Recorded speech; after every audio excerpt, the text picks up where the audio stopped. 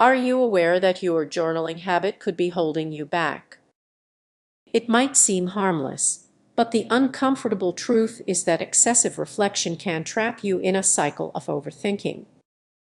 Picture this: you sit down with your journal, ready to express your feelings, yet instead of gaining clarity, you find yourself lost in a maze of thoughts.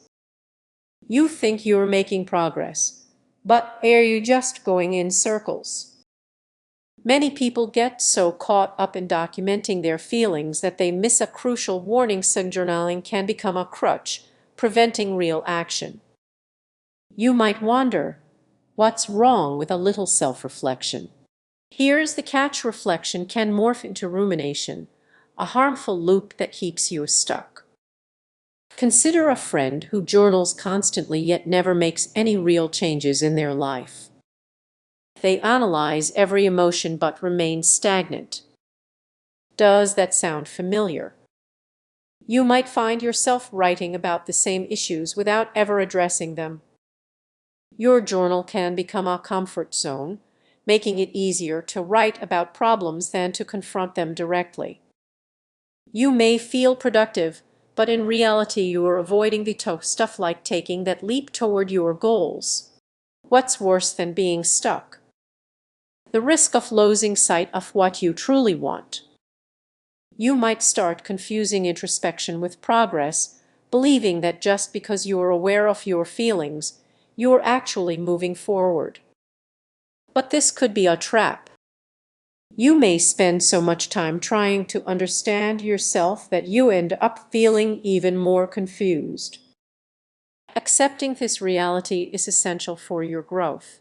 So, what's the solution?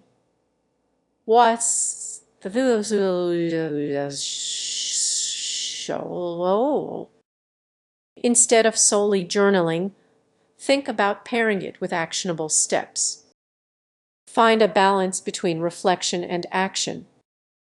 Write about your feelings, but then challenge yourself to step outside the comfort zone you've created.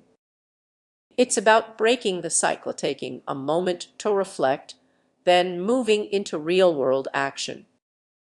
Next time you sit down with your journal, ask yourself, am I reflecting or just avoiding? This simple question could unlock your progress.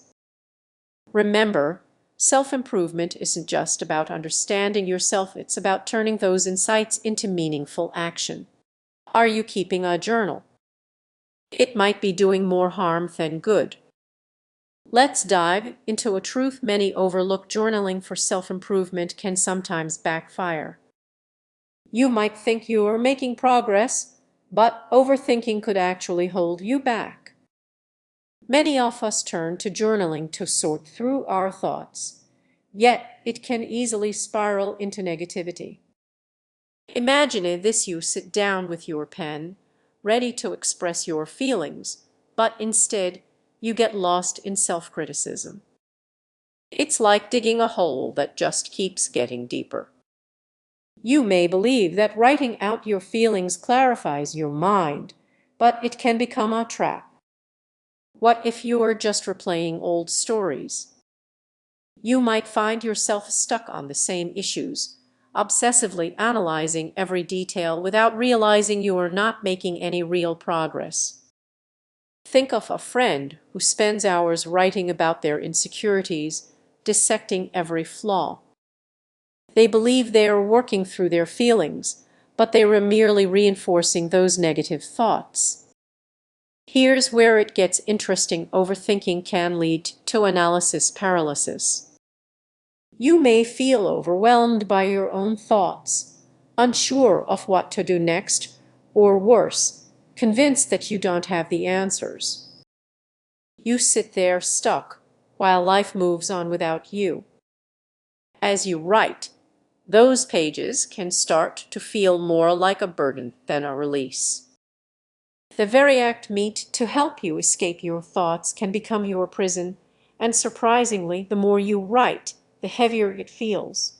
So, how can you break free from this cycle?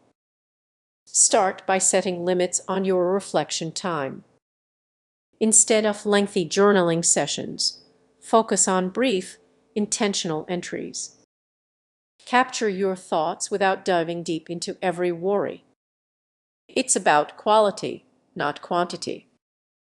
Consider shifting your focus from reflection to action. Write down one small step you can take today instead of dwelling on what's wrong. This changes your mindset from analysis to action, helping you move forward rather than backward. As we wrap up, think about how your journaling practice can evolve. Are you nurturing your growth or just going in circles? The power is in your hands. Are you ready to take that step? Take a moment to reflect, but remember about progress, not perfection. If this resonates with you, it might be time to rethink how you journal. Your journey shouldn't feel like a burden, it should be a path to freedom. Did you know that journaling, often hailed as a powerful self-improvement tool, might actually be holding you back? It's true. The reality of journaling goes beyond just jotting down thoughts in a notebook. Many of us start journaling believing it will bring clarity and personal growth. Believing it will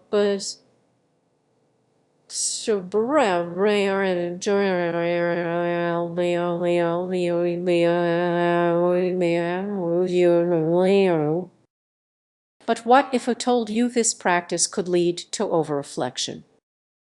What if all that writing becomes a trap, creating confusion instead of clarity? Think about it for a moment. You sit down with your journal, pen in hand, ready to express your thoughts. It feels productive, even therapeutic. However, what begins as a way to process emotions can spiral into an endless cycle of analysis. You reflect, then reflect on those reflections. It's like running on a hamster wheel going nowhere fast. Now, imagine you've had a tough day. You write everything down, dissecting each moment. The deeper you dig, the more tangled your feelings become. You might start questioning your actions. Did I handle that correctly? Should I have said something different? Before you know it, your journal becomes a magnifying glass, highlighting every little mistake.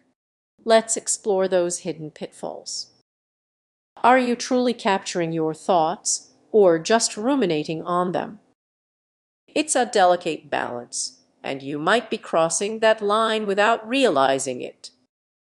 You may think you are gaining insight, but sometimes it's just a way to procrastinate. You write and write, but are you actually taking action? Picture this: you have a goal. You've written it down, maybe even several times. But instead of taking steps to achieve it, you keep journaling about why you haven't. The more you write, the less you actually do. It's a sneaky trap, isn't it? So, what's the solution? How can you break free from this cycle? First, set some boundaries.